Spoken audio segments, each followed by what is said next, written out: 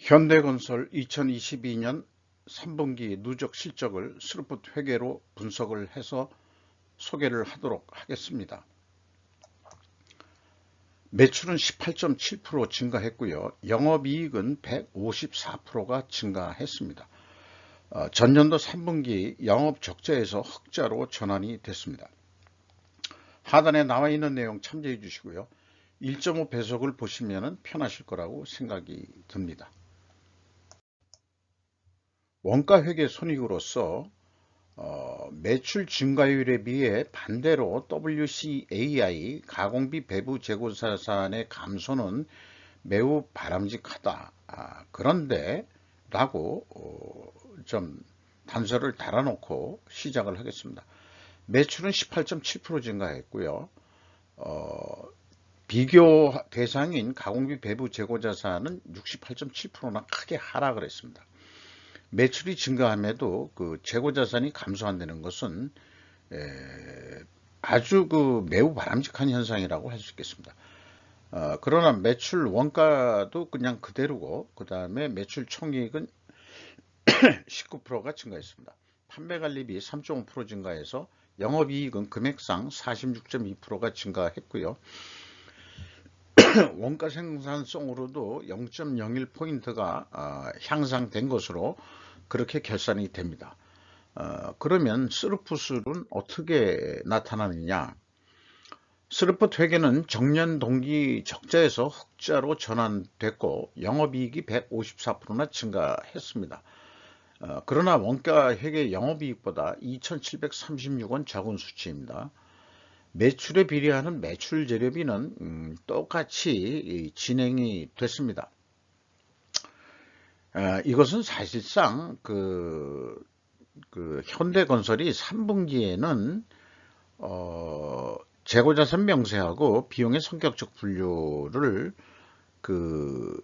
비공개했기 때문에 전년도 가공비율을 제가 적용한 실적이기 때문에 어떤 분석의 한계가 있음을 미리 좀 말씀을 드리겠습니다.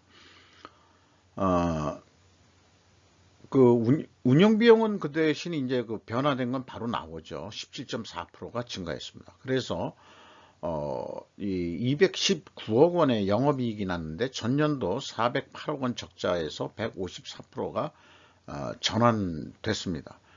영업이익은 2,956억이라고 크게 났는데 어마하게 2,736억 원 선으로 실질적으로는 이 원가회계 영업이익보다는 이런 2,736억 원이라는 영업이익은 사실은 아직 미실현이익이 원가회계는 실현된 것처럼 결산을 한다는데 문제가 있다는 것입니다. 그것은 재고자산 명세를 보면은 WCAI 완성주택이 감소를 했거든요. 미완성 공사라는 것은 제조업으로 치면은 현재 공장에서 생산 중인 거, 제공품에 해당하는 거가 되겠고요. 그래서 이 아파트 등 건물들이 25억이 줄었다는 얘기는 분양이 나름대로 좀 잘 됐다. 이렇게 해석을 할 수 있겠죠.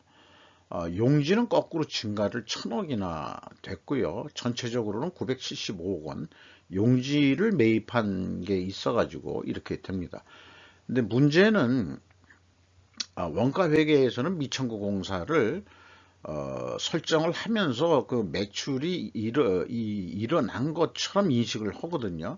근데 아직 청구도 안 한 놈을 말하자면 수익으로 인식한 데는 그 회계 기준이 이렇게 사람들을 헷갈리게 하는 것이다. 저는 그렇게 말씀드리겠고, 거의 4천억 정도가 미청구 공사가 증가를 했습니다. 이것 때문에라도 이것 때문에 원가 회계 영업이익보다 스루풋 영업이익은 적게 나오는 것입니다. 수주산업은 건설업과 같은 수주산업은 계약 잔액이 얼마 있느냐 이런 게 중요한데 말로 써놓은 건 빼놓고요. 지금 이렇게 표시하는 방법은 제가 누누이 얘기하지만은 일개 회사의 공무부 자기가 이 공사하는 잔액 관리 미결 공사 업무 하는 수준 이상은 아직 이 진화가 안 됐고 발전이 안 됐다. 이렇게 말씀드릴 수 있겠습니다. 뭐 지속적으로 얘기하는 거지만 현대중공업 가서 좀 배워라 라고 얘기를 하고 싶어요. 경영평가지표로서 이 WCAI 회전율 포괄입니다. 0.05 회전 하락을 했어요. 그리고 스루픈율은 뭐 그냥 그대로죠. 그래도 이것이 역방향이라고 해석을 합니다. 역방향 해석이면은 분식회계 개연성 가정을 세우는데 회사는 우리는 그런 회사 아니야 라고 반증을 하려면은 원재료 가격이 상승이 됐든가 수주 판매 가격 변동 없음으로 입증해야 될 것입니다. 그런데 뒷장에 그 백데이터가 있습니다만 원재료 가격은 17.42%가 상승이 됐고요. 재료 비율이 31% 선이니까 상승 압박률은 5.4% 정도 되겠습니다. 그러면은 그 수주 판매 가격이 한 이거보다 더 많이 증가했느냐 그러면은 그건 알 수가 없습니다. 현대건설은 그 건설공사 그거는 그 건마다 틀리니까 뭐 평균을 내기가 힘들다는 얘기고 아파트 그 분양가 정도는 내야 되는데 그런 것도 없고 해서 실질적으로 그 수주 판매 가격이 어땠느냐 하는 것은 우리로서 외부에서는 알 수가 없습니다. 건설회사 분석할 때가 가장 말하자면은 이 신경이 많이 쓰이는 업종이 또 건설업이라고 할 수 있겠어요. 회사가 제시한 원재료 가격 추이를 보면은 철근, 그 다음에 이제 이 철판, 레미콘, 시멘트 이런 게 있는데 전반적으로 다 그 상승을 했습니다. 17.4%. 아파트 가격이 올랐느냐, 분양 가격이 그 여부는 딴 건설사를 할 때 좀 언급을 하겠고, 사실 그 건설 회사들이란 게 본인들이 직영을 해서 아파트를 건설하고 분양하는 사업이 주종인 경우도 있지만 현대건설 같은 경우에는 국내 및 국외에 많은 이 도급공사라고 그러죠. 이 수주공사를 받는 비중이 많기 때문에 거기에서 그 영향력이 원재료 가격의 그 상승 압박을 많이 받는다 이렇게 볼 수 있을 것 같아요. 어쨌든 이 미천구 공사를 크게 증가시키면서 이익을 냈다 하는 거에서는 변함이 없습니다. 비용의 성격적 분류 내용도 비공시를 해가지고 제가 역으로 요건 맞춰놓은 수치가 되겠습니다. 그래서 가공 비율도 전년도 비율을 제가 적용해서 역으로 쭉 풀이를 해낸 거거든요. 그래서 뭐 한계가 있습니다만은 CSM 매출원가 재료비는 19.5% 증가했고 운영비용은 17.4%가 증가했습니다. 가공 비율은 뭐 똑같다고 봤기 때문에 이제 이 증가가 없는데 현실적으로는 아까 손익 내용에서 해석했듯이 원재료 가격은 크게 상승했을 것이다. 한 17.4% 선 정도 상승한 거로 회사는 제시하고 있습니다.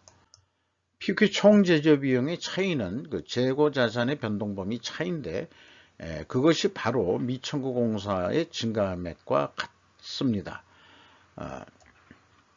이런 것이 차이가 없다고 해서 이게 뭐 회계가 투명하다 그런 게 아니고 여기까지도 제가 맞춰준 거고요.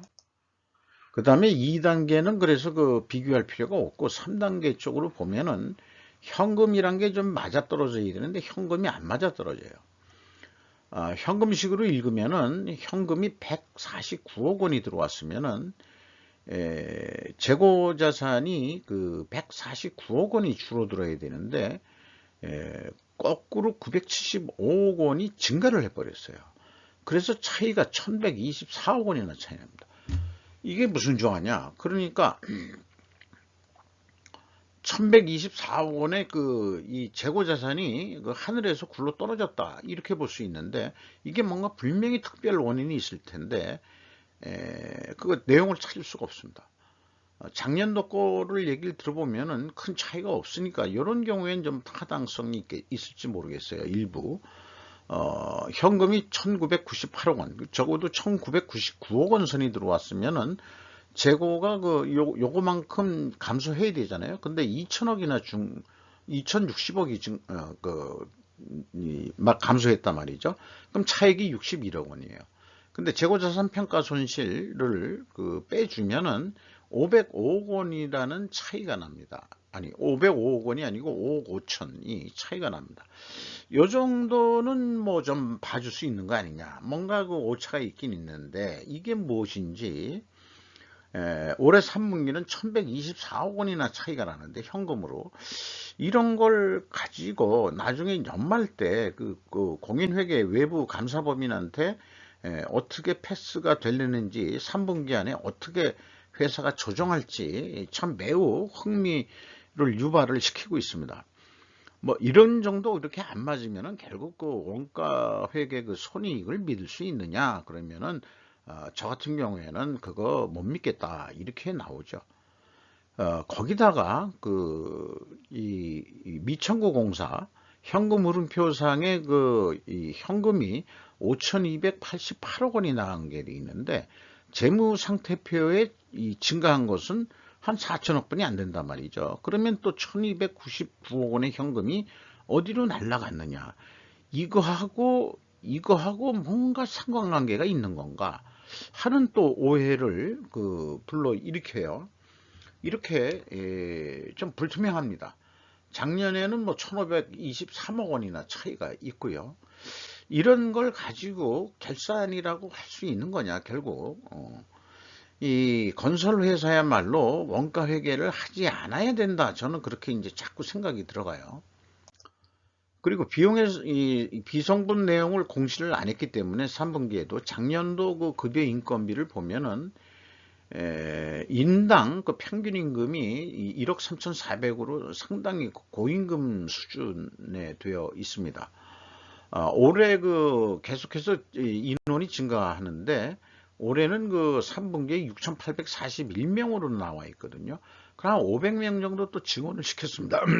회사가 뭐 여러 수주가 많다. 아까 수주 잔량이 62조인데 여러 건설 현장이 많아져 가지고 직원들을 좀 많이 뽑지 않았겠느냐 국내외에 그런 생각도 좀 들어갑니다. 외주비가 이 작년에 4조 6천억 원대인데 운영 비용 대비 비율로 한 77%로 매우 높습니다. 자재 비보다. 그러니까 인건비 등 현장에서 건설 비용이 77.3%나 된다. 이게 이제 좀 줄긴 줄었어도 2020년대는 뭐 80%나 되네요. 이 외주 비율이. 이렇게 3분기까지 실적을 토대로 해서 연말까지 매출액을 예측을 해보면은 한 10조 원 정도 하지 않겠냐. 그리고 처음 예상할 때는 한 3,695억 원 정도 이익이 나는데 10조 원으로 만약에 계약이 된다 그러면은 2,296원 뿐이 안 납니다. 그래서 우리가 좀 더 노력을 해보자 해가지고 9% 매출을 증가시킨다. 이것은 이제 뭐 수주액을 더한다 그런 의미가 아니고 이미 수주되어 있는 거 공사를 빨리 끝내가지고 매출 인식을 더 한다는 얘기죠. 9%를. 요 경우 재고가 10% 증가한다고 봤습니다. 이러면은 한 3,890억까지 계획보다 조금 더 이익을 낼 수 있을 것이다. 이렇게 이제 원가 회계 패러다임으로 이렇게 예측을 해볼 수 있습니다. 그럼 스르프 쪽의 접근은 어떻게 하느냐? 그러면은 뭐 예상한 거와 마찬가지로 한 10조 정도 할 수 있는 거로 보고요. 스르프는 10조를 하더라도 적자가 5,860억 원이 예상이 됩니다. 그러면은 이거를 어떻게 흑자로 돌아서게 할 수 있을 거냐 그러면은 미천고 공사를 많이 줄이고 그 다음에 이제 현재 진행 중인 이 공사를 빨리 끝내 가지고 추가적으로 한 8.8% 증분시키는 매출 인식을 더 하는 거죠. 그래서 매출 인식을 더 시킨다고 보면 한 2천억 정도 이익이 날 것이다. 그런데 이게 매출액은 10조 원 그대로 하고 이 미천고 공사나 재고자산만 줄이는 경우도 있지 않겠느냐. 예, 극단적인 경우를 봤을 때 그냥 10조 원 정도 하면은 한 770억 정도 적자가 이렇게 예상이 됩니다. 그래서 실제 2022년 말 매출이 얼마가 되든 또 그 영업이익은 2천억과 마이너스 770억, 결국 한 2,847억의 넓은 냉지를 그 범위 속에서 그 안에서 뭐가 단짝꾼이 형성이 될 것 같다, 이런 생각이 들어갑니다. 참 그 건설업이 예측하기 있고 어렵고, 그 다음에 어렵다기보다도 그 미천구 공사 때문에 좀 생각하는 게 많아지고, 재고자산이 좀 불투명하다는 게, 이런 그 계획 세울 때도 좀 부정확한 계획이 나올 수밖에 없지 않겠느냐, 이런 생각이 들어갑니다. 현대건설이라 그러면은 뭐 우리나라 대표적인 건설 회사인데, 장관 이 주가는 한 4,700원 하락을 했고요. 장부 가격 대비 66%밖에 되질 않습니다. 주주를 보면은 현대차, 기아, 그 다음에 현대모비스가 각각 들어와 있고, 국민연금공단 들어와 있고, 외국인이 24.08% 지분이 들어와 있는데, JP 모간 등이 눈에 띕니다. 이상 현대건설 2022년도 3분기 누적 실적을 스로프트 회계로 분석을 해서 소개를 해 드렸습니다. 건설업이야말로 원가 회계에서 벗어나가지고 스로프트 회계로 접근을 해야 되지 않겠느냐 하는 생각이 짙어지면서 이상 마치도록 하겠습니다.